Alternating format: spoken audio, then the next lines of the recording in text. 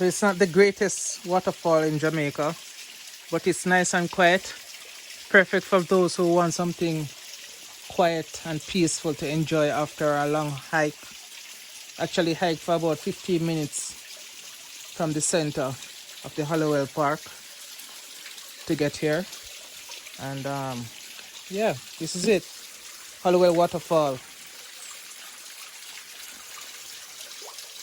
The water is very nice and refreshing, not too cold.